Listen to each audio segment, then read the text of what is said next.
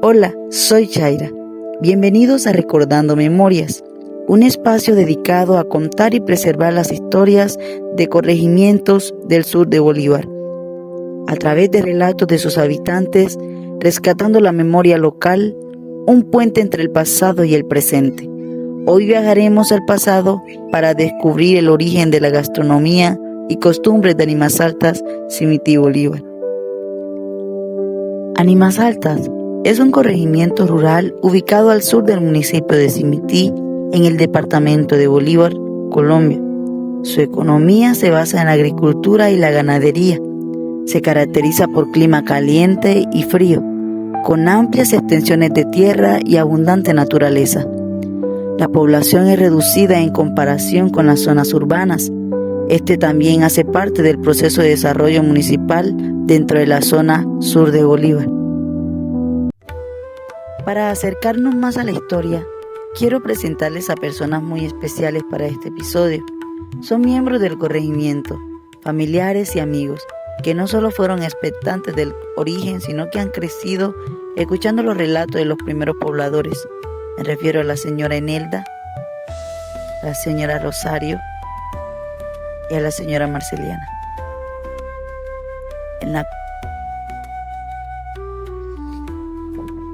En la comunidad de La Esmeralda, la vida siempre giró alrededor del fogón de leña.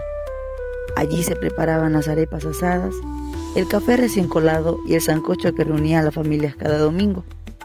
Las tardes se llenaban de conversaciones entre vecinos, intercambios de alimentos y costumbres que fortalecían la unión del pueblo. La gastronomía no solo alimentaba, también mantenía vivas las tradiciones y la memoria de la comunidad.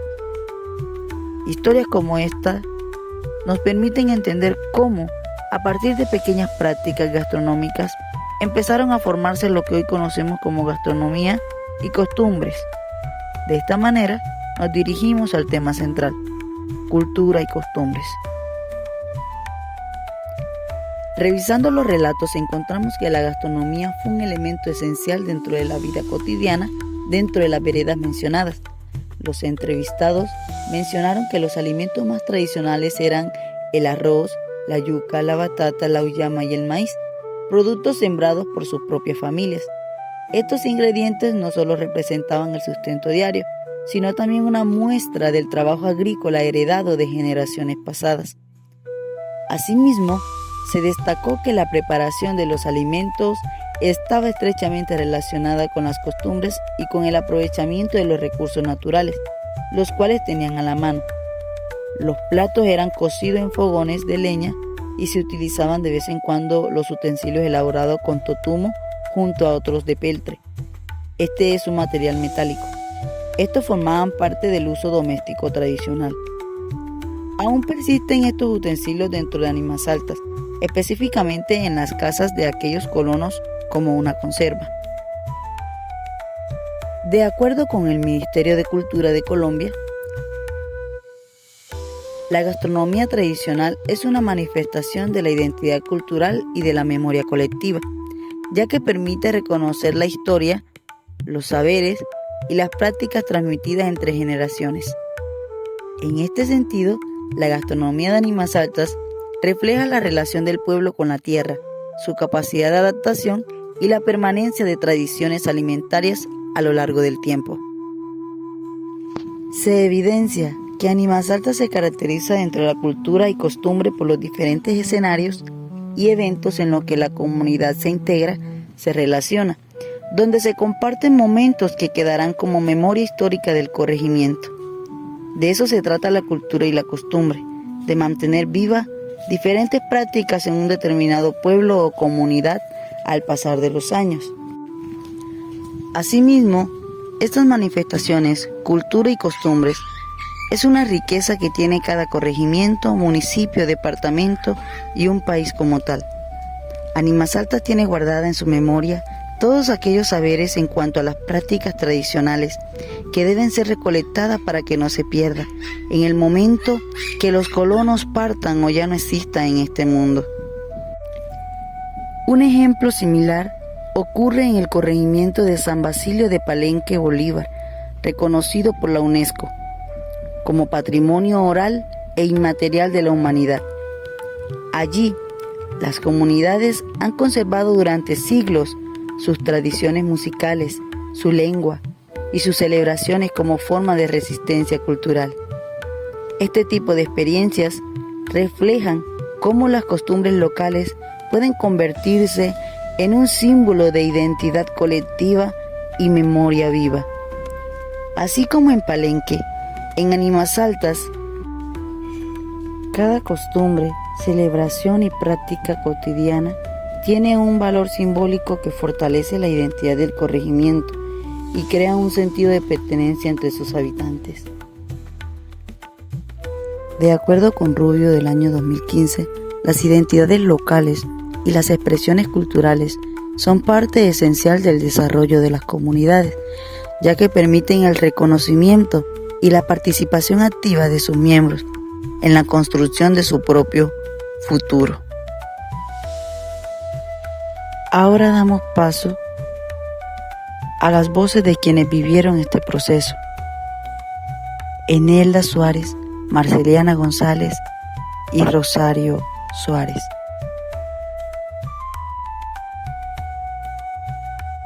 ¿Cómo son aquellas prácticas diarias que tenían y aún persisten en la actualidad? Bueno, las prácticas diarias eran como el saludo. Para saludarse le decían, oye gallo, o si algo no era que la persona le había hecho, decían, sabrá Pijiño. ¿Quién es Pijiño? Pues no lo sabemos, pero es un decir, y son palabras que a mi modo de ver las cosas se deben tener como en un diccionario coloquial propio de la región, porque hace parte de nuestra cultura y la cultura es identidad. Anteriormente la gente era muy unida para los trabajos sociales, para los trabajos que fueran en beneficio de toda una comunidad. Hoy en día se ha ido perdiendo eso, pero aún se hacen, aún persisten. Precisamente por eso las comunidades rurales salimos adelante, porque los gobiernos poco se preocupan por las gentes del campo. Entonces, para salir adelante, tenemos que ponernos de acuerdo para estar todas en un mismo sentir y poder avanzar como comunidad. Antes se celebraba la Semana Santa, hoy en día ya no se celebra porque la mayoría de la gente del pueblo son cristianos evangélicos. Se celebraban los cumpleaños de las personas, hacían fiestas grandes, aprovechaban para hacer sus comidas para vender. Se celebraba el Día de la Familia, ya poco se hacen estos actos porque muchas veces el orden público no está muy bueno, entonces nos cuidamos o la gente se cuida de estar saliendo a fiestas y a andar por ahí en la calle. ¿Qué eventos cristianos y religiosos se realizaban y se realizan? Bueno, cristianos, las campañas evangélicas y religiosos, las actividades que realizan los católicos. Con respecto a la gastronomía en el corregimiento, ¿qué formas de preparación fueron heredadas?